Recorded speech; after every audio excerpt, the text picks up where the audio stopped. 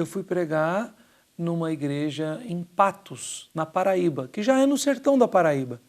E eles estavam com um trabalho de plantação de igreja, sem condição, uma igreja simples, muito humilde, o pastor e o conselho, né, os presbíteros assim, muito dedicados, mas um grupo de irmãos que assistindo pregações bíblicas, fiéis, seguindo essa tradição histórica reformada, numa cidade ainda menor, a 100 quilômetros de distância, não tinham mais igreja para frequentar. Não ficaram desigrejados, mas começaram a procurar. Aí um grupo de um local começou, eu lembro que quem começou a orientá-los então também via internet foi um pastor de uma igreja em Maceió, ou seja, mais distante ainda.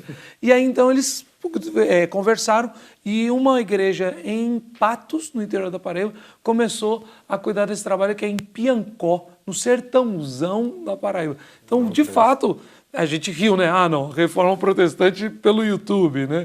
Mas isso tem acontecido demais, né? Tem acontecido. Isso são sinais de maturidade da igreja. E o maior sinal de maturidade é a multiplicação, que a gente chama de missão. Então, quando você tem um casal, uma pessoa, um indivíduo, e ela está numa idade madura, ela vai casar e ter filhos. Então, isso biologicamente, você considera isso maduro. E a igreja também caminha para essa maturidade, não só quando ela tem uma pureza doutrinária. Então, você está dizendo o quê? Ele já superou aquela parte da adolescência, daquelas crises de identidade, agora está pronto para casar, estabelecer família e ter filhos, multiplicar. Da mesma maneira, a igreja também, que encontra a sua identidade bíblica, está pronto para multiplicar, para fazer missões, para enviar missionários.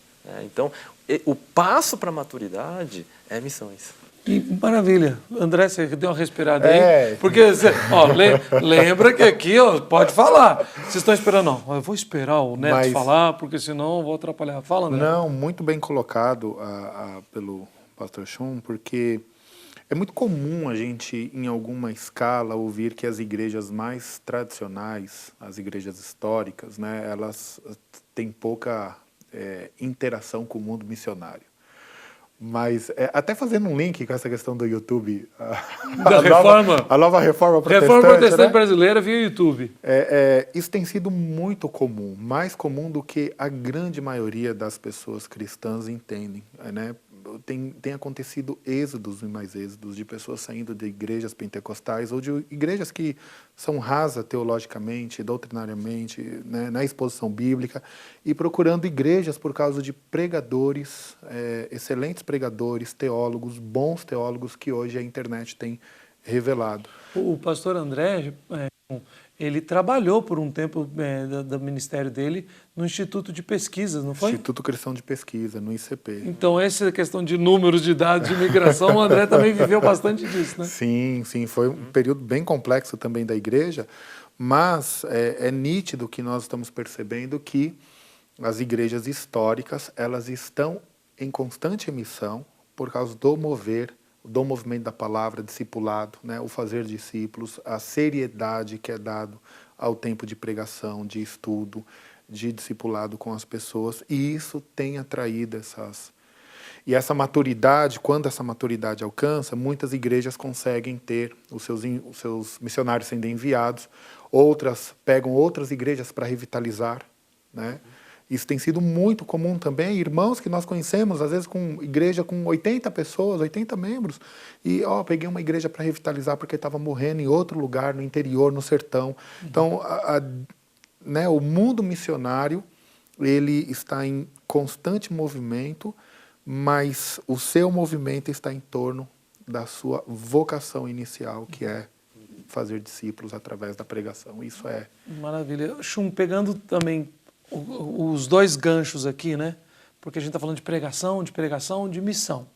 E o gancho que a gente gostou aqui, que foi da reforma pelo YouTube. Um colega meu, muito querido, visitou o Japão. E pastor.